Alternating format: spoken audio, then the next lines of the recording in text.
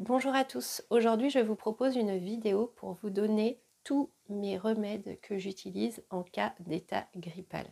Effectivement, je suis actuellement positive au Covid depuis samedi et j'ai fait le test dimanche soir après la promenade aux champignons avec Newton parce que je me sentais vraiment pas bien et le test était positif et également à la pharmacie. Alors attention, la vidéo ne remplace en rien un traitement médical, voire une visite chez le médecin. Les remèdes que j'utilise sont des remèdes transmis de mère en fille, de certaines bibliographies, de conseils de proches, de médecine alternative, ainsi que de mes connaissances personnelles. Ce sont mes remèdes personnalisés que je complémente en plus de ma visite chez le médecin et que j'ai testé et qui ont l'air de bien fonctionner chez moi. Avant de commencer quoi que ce soit, veuillez demander l'avis de votre médecin, un spécialiste ou un professionnel de santé et faire très attention à l'éventuelle interaction avec votre traitement médical. Allez, c'est parti, on y va.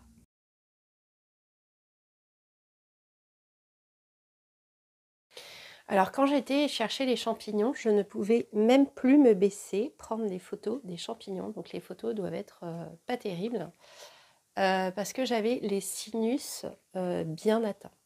Donc je vais essayer de faire des massages circulaires avec l'index et le majeur sur toutes les zones où il y a des sinus. Donc j'ai commencé par le sinus frontal. Donc vous massez avec des points d'appui circulaires jusqu'à ce que vous n'ayez plus de douleur. Vous faites un massage également sur le sinus ethmoïdal en haut du nez et ensuite sur les maxillaires.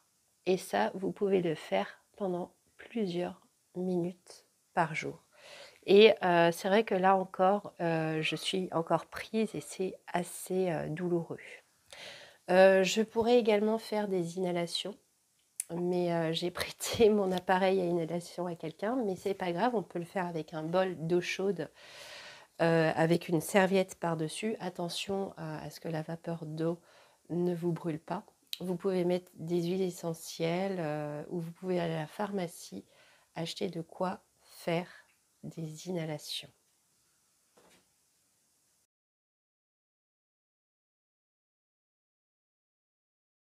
Je vais également temporairement arrêter tous les produits laitiers car quand je consomme des produits laitiers, donc nous sommes les seuls mammifères adultes à consommer des produits laitiers à l'âge adulte, j'ai le sentiment d'avoir une production de mucus. Donc je vais arrêter les produits laitiers pour arrêter et diminuer la production de mucus.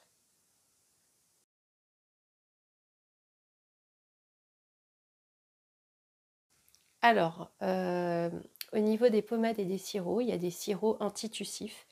Donc, vous pouvez soit le fabriquer vous-même, il y a des tutos sur internet, ou soit en acheter en pharmacie.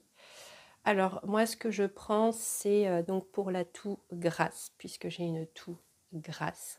Mais faites attention à ne pas éviter de prendre un sirop pour une toux sèche alors que vous avez une toux grasse ou vice-versa.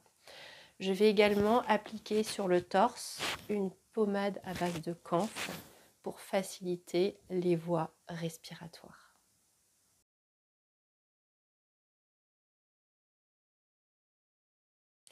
Alors, j'ai également investi dans un oxymètre. Vous pouvez en trouver à tous les prix. Faut faire attention parce qu'ils ne sont pas fiables à 100%. Donc, vérifiez votre taux d'oxygène. Donc, la pharmacienne m'a expliqué que si je descendais en dessous de 92% d'oxygène dans mon sang, il fallait appeler le SAMU. Alors, si vous n'avez pas d'oxymètre, voici les signes d'hypoxie, c'est-à-dire un déficit d'oxygène dans le sang. Vous commencez à avoir des nausées, vous avez des maux de tête. Donc attention à ne pas confondre avec un surplus de mucus dans les sinus. Une hyperventilation, c'est-à-dire que vous êtes essoufflé pour un oui ou pour un non, une tachycardie, les lèvres bleutées, puisque en fait le corps il va concentrer l'apport en oxygène aux organes vitaux, donc vous allez avoir les petites extrémités qui vont devenir bleutées. Impossible de parler durant quelques secondes d'affilée, et essoufflement au moindre effort. Donc si vous avez ces symptômes, il faut absolument appeler le SAMU sans délai.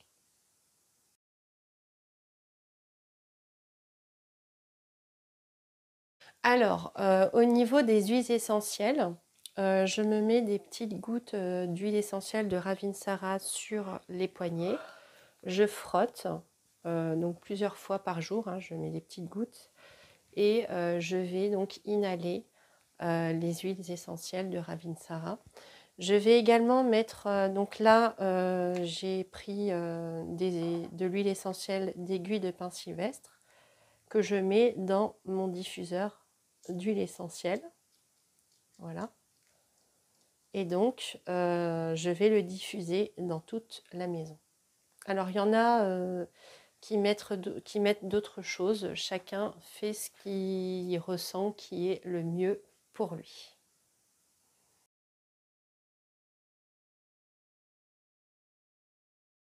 Alors, au niveau des compléments alimentaires, je me supplémentais régulièrement pour certains compléments alimentaires.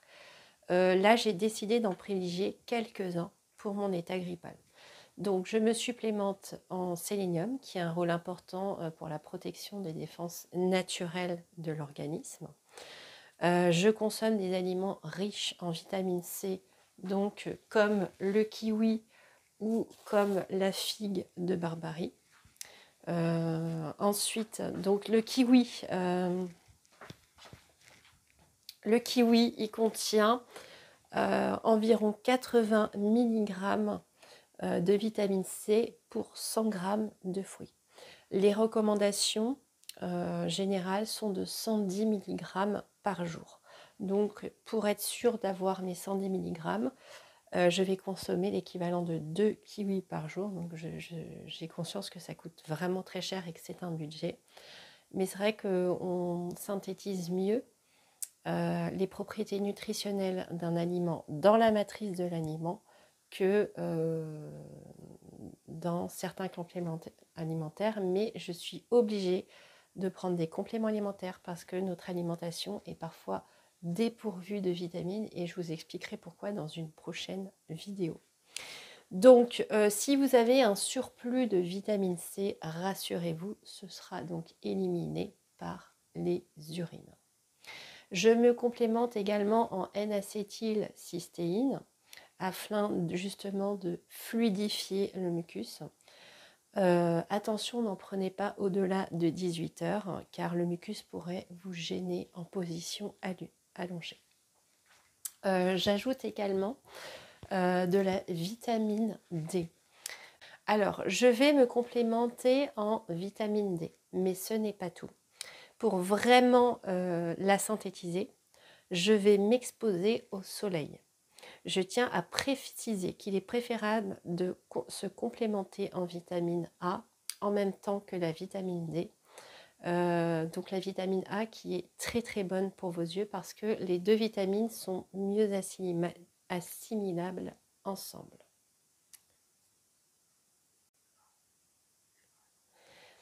Effectivement, les rayons UVB du soleil activent un dérivé du cholestérol qui se trouve sous votre épiderme, appelé le 7-déshydrocholestérol, qui permet la transformation de la prévitamine D en cholécalciférol, donc la fameuse vitamine D3. 15 à 30 minutes par jour suffisent. Essayez, s'il ne fait pas trop froid, d'être le plus découvert possible, même si le temps est nuageux. Il y a des rayons UV, sinon les enfants de la Lune pourraient sortir en journée en période nuageuse. C'est une maladie très rare héréditaire qui porte le nom de Xeroderma pigmentosum XP. Je pourrais en prendre d'autres. Pour le moment, je me contente de ces derniers compléments alimentaires.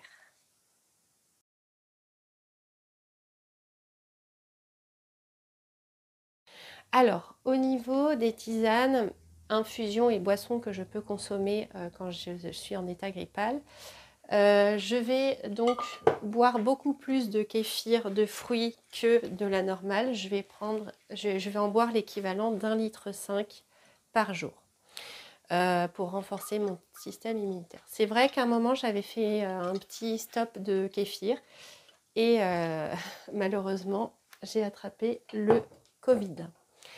Je vais aussi me faire des tisanes d'aiguille de pin sylvestre.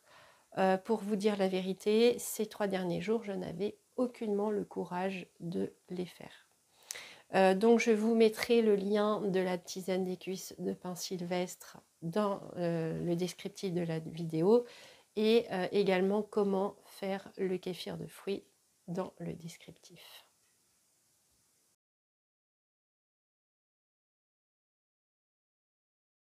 Au niveau des recettes revitalisantes, je vais me faire une soupe aux orties.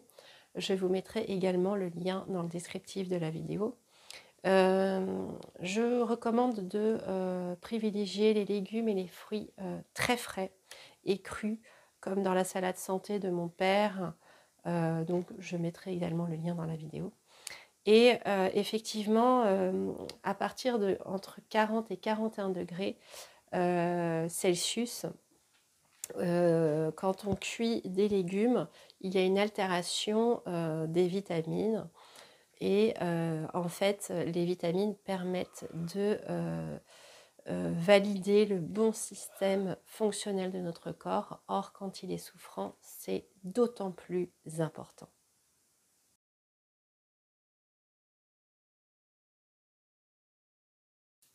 Alors, je vais donc me faire un jus avec la centrifugeuse. Le mieux, c'est d'avoir un extracteur de jus hein, au lieu d'avoir une centrifugeuse. Au niveau du prix, c'est pas la même chose. Donc, cependant, je n'ai pas encore les moyens de m'en offrir une pour le moment. Un extracteur, pardon, de jus pour le moment. Donc, pour le moment, la centrifugeuse fera bien l'affaire. Effectivement, les jus ne fatiguent pas l'appareil digestif. Le jus est dépourvu de fibres, donc ce qui ne va pas stimuler votre appareil digestif et sera absorbé entre 10 et 15 minutes seulement.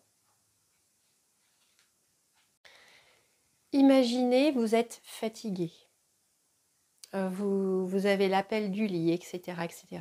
Apporter des vitamines, des oligo-éléments, des minéraux, des antioxydants dans cet état d'asthénie n'est pas négligeable. Les jus se conservent, donc les jus en centrifugeuse hein, se conservent jusqu'à 3 jours au réfrigérateur. Attention à l'air qui oxyde le jus. Donc personnellement, j'en fais que pour ma journée. Et j'essaye vraiment que le jus aille jusqu'en haut du couvercle. Ou alors j'essaye de le mettre dans un tupperware qui permet d'absorber, un tupperware en verre avec un couvercle qui permet d'absorber l'oxygène. J'en fais environ un demi-litre par jour. Mais si vous sentez le besoin d'en consommer plus, allez-y. Donc pour concocter ce jus aujourd'hui, je vais mettre un ananas entier. Je vais mettre donc du brocoli pour ses propriétés les brocolis contiennent des propriétés anti-cancer et sont très riches en vitamine C. Je vais mettre des tiges de céleri pour apporter du jus. Je vais mettre du gingembre, du raisin, des branches d'ortie et je vais ajouter également, alors comme j'ai pas pu aller dans l'épicerie asiatique, je vais rajouter de la poudre de curcuma donc biologique dans mon jus. Allez, on va commencer. Alors, au niveau des fruits, Je n'ai pas envie de mettre la mangue en centrifugeuse, j'ai vraiment envie de la manger entière. Et le fruit de la passion, je n'ai pas envie non plus de le mettre dans la centrifugeuse, je vais le manger en entier. Et je vais également vous montrer comment manger une figue de Barbarie car elle est extrêmement riche en vitamine C et très bonne pour le tube digestif. Je vais également ajouter de la cannelle dans mon jus, j'avais oublié. Et je vais également consommer des grenades sans la mettre dans la centrifugeuse parce que pour moi, ce sont des fruits à manger tels qu'ils sont au lieu de les mettre en centrifugeuse parce que j'estime qu'ils ont des propriétés nutritionnelles importantes. Alors, pour éplucher l'ananas, on va couper donc les deux extrémités. Voilà, c'est très simple. Et ensuite, on va le peler comme ça sur les côtés. Assez profondément, sinon on va tomber sur des petites particules d'écorce. Mais bon, de toute manière, vous allez le mettre à la centrifugeuse, donc ça ne passera pas dans le filtre de la centrifugeuse. Mais on va lui faciliter quand même le travail. Voilà, comme ceci. Et vous faites pareil sur toutes les surfaces. Alors, je vais couper donc l'ananas pour qu'il puisse passer dans la centrifugeuse. Tu en veux un petit bout, mon bibiche? Ouais. Tiens. Merci. Ah oui, il faut bien ravitailler l'équipe technique. Hein. Voilà, donc là, l'ananas est prêt à passer à la centrifugeuse. Voilà. Donc là, ça va faire un peu de bruit. Et je vais passer donc tous mes fruits et légumes à la centrifugeuse. Donc on va commencer, attention, ça va faire vraiment du bruit. Je mets sur 1.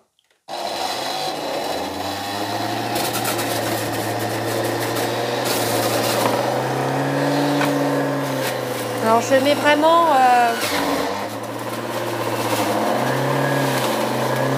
filme le jus qui sort salé.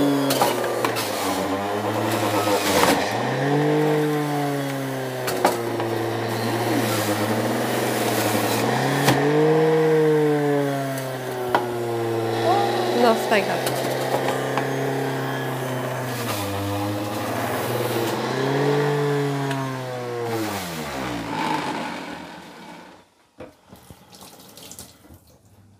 Donc, je fais ça avec tout le jus. J'essaye donc de prendre un récipient pour le mettre dedans. Alors, attends. Non, pas là-dedans. Non, stop. Coupe, coupe, coupe. Alors, je commence à avoir une bonne production de jus. Donc, je vais le verser ici.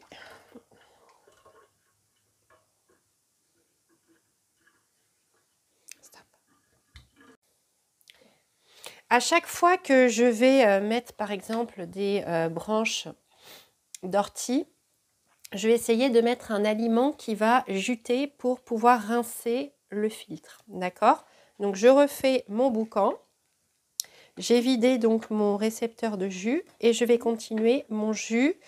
Alors, je vais mettre donc les branches d'ortie. Qu'est-ce qu'on va allumer? Tu filmes là? Oui. Alors, attends, les branches d'ortie, ça pique. Je vais utiliser une petite fourchette pour les mettre dedans. Parce que ça pique là. Alors, rassurez-vous, les branches d'ortie, les feuilles d'ortie ne piqueront plus une fois qu'elles seront centrifugées. Allez, tu allumes?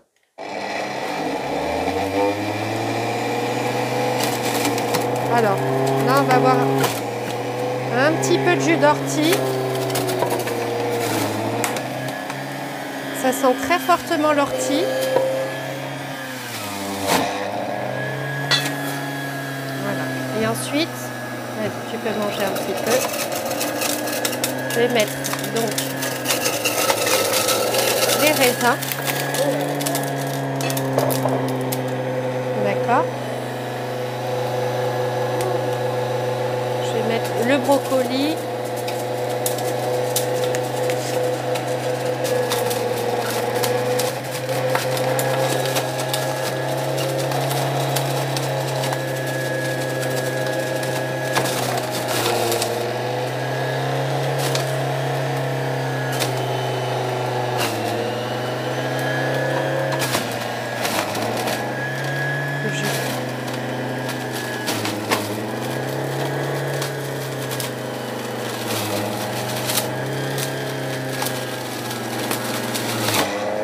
Stop.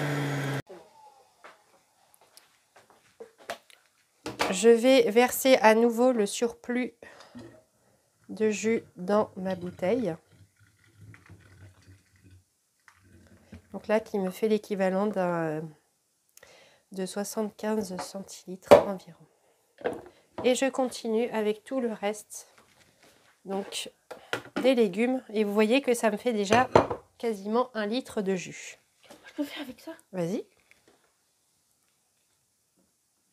Vas-y. Vas-y, filme le jus qui sort, mon chéri.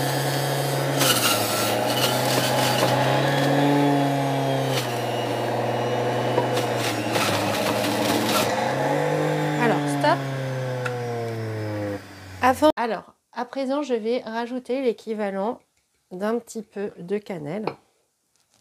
Donc, elle a aussi des propriétés antibactériennes, antioxydantes. Et donc, je vais vraiment mettre ma paume sur le goulot de la bouteille. Et je vais mélanger le tout. Ouais, parce que je n'ai pas tout à fait de couvercle. Donc ça fait des petits grumeaux, mais ce n'est pas grave.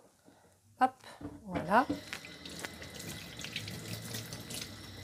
On va nettoyer le goulot comme faisait ma grand-mère. Et maintenant, on va servir le jus qui a une très jolie texture. Et donc le reste, je vais le garder au frais et le servir à mes proches. Et donc je vais boire un jus. Et pourquoi il ne stimule pas l'appareil digestif? Parce que toutes les fibres sont contenues dans le réservoir de la centrifugeuse. Donc ça, vous pouvez le donner au lapin, au cochon, le mettre dans la poubelle des déchets végétaux ou au compost. Ça fera un très bon compost pour votre jardin. Donc je vais goûter mon jus.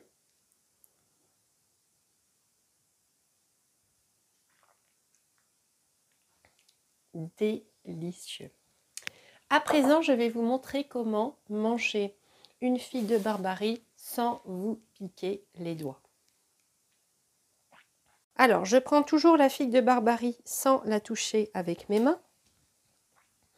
Je vais la couper aux deux extrémités, comme ceci. Et ensuite, je vais la couper en long. Et après, je coupe un peu le fruit en deux.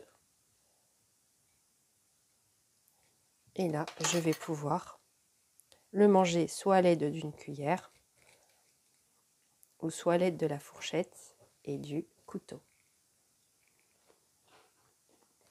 Délicieux. Pour conclure, écoutez-vous, c'est le principal.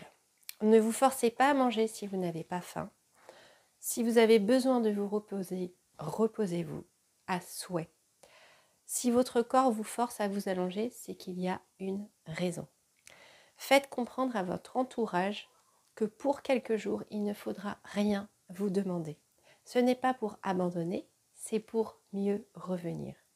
Si les symptômes persistent trop longtemps, voire régressent, il faut reconsulter votre médecin Cette vidéo est terminée. J'espère qu'elle vous a plu. Et si c'est le cas, n'hésitez pas à la liker. Merci aux abonnés. Bienvenue aux nouveaux abonnés qui sont toujours de plus en plus nombreux. Merci pour vos messages que j'ai grand plaisir à lire. Et n'hésitez pas à partager la vidéo si vous pensez qu'elle puisse être utile pour votre entourage. Au revoir et prenez bien soin de vous.